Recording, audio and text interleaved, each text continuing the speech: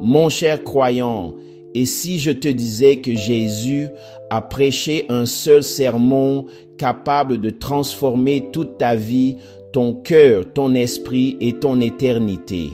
Reste bien ici. Ce message pourrait bouleverser ton monde.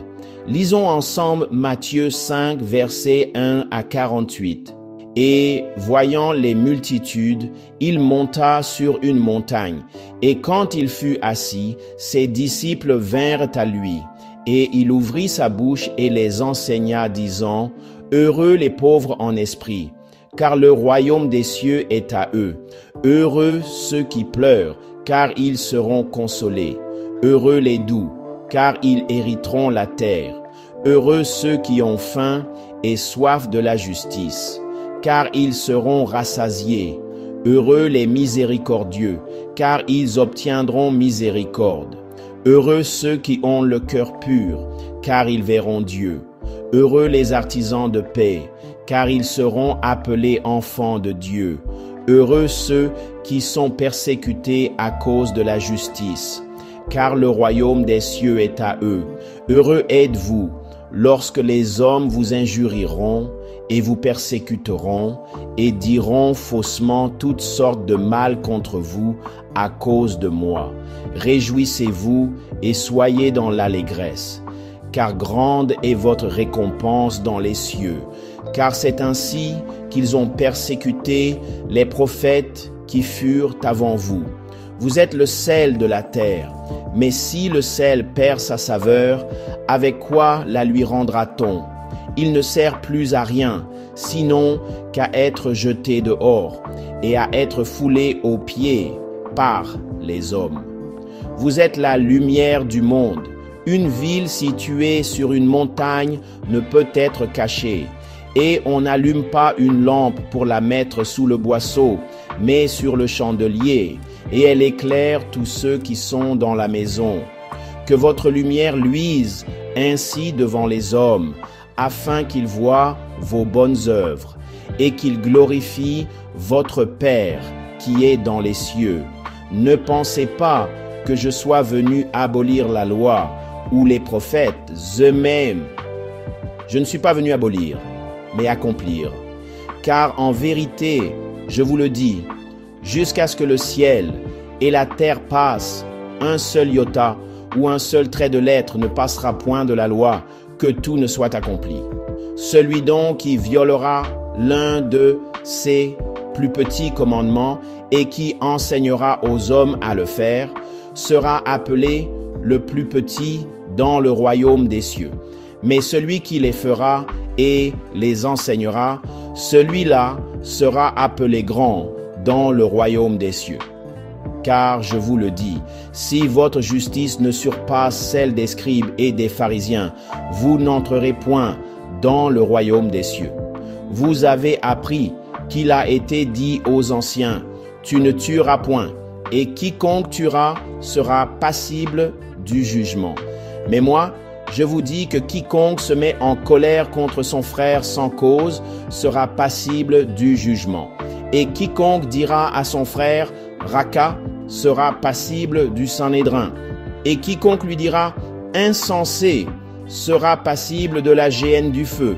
Si donc tu apportes ton offrande à l'autel, et que là tu te souviennes que ton frère a quelque chose contre toi, laisse là ton offrande devant l'autel, et va d'abord te réconcilier avec ton frère, puis viens présenter ton offrande. Accorde-toi promptement avec ton adversaire, pendant que tu es en chemin avec lui, de peur que l'adversaire ne te livre au juge, que le juge ne te livre à l'officier de justice, et que tu ne sois mis en prison. En vérité, je te le dis, tu ne sortiras point de là que tu n'aies payé le dernier cadran. Vous avez entendu qu'il a été dit aux anciens, tu ne commettras point d'adultère. Mais moi, je vous dis que quiconque regarde une femme pour la convoiter a déjà commis l'adultère avec elle dans son cœur. Et si ton œil droit te scandalise, arrache-le et jette-le loin de toi. car il est plus avantageux pour toi qu'un seul de tes membres périsse, et que ton corps entier ne soit pas jeté dans la géhenne. Et si ta main droite te scandalise, coupe-la et jette-la loin de toi, car il est plus avantageux pour toi qu'un seul de tes membres périsse, et que ton corps entier ne soit pas jeté dans la géhenne. Il a été dit, quiconque répudiera sa femme, qu'il lui donne une lettre de divorce. Mais moi, je vous dis que quiconque répudiera sa femme, si ce n'est pour cause de fornication, la fait commettre adultère. Et quiconque épousera celle qui est répudiée, commet adultère.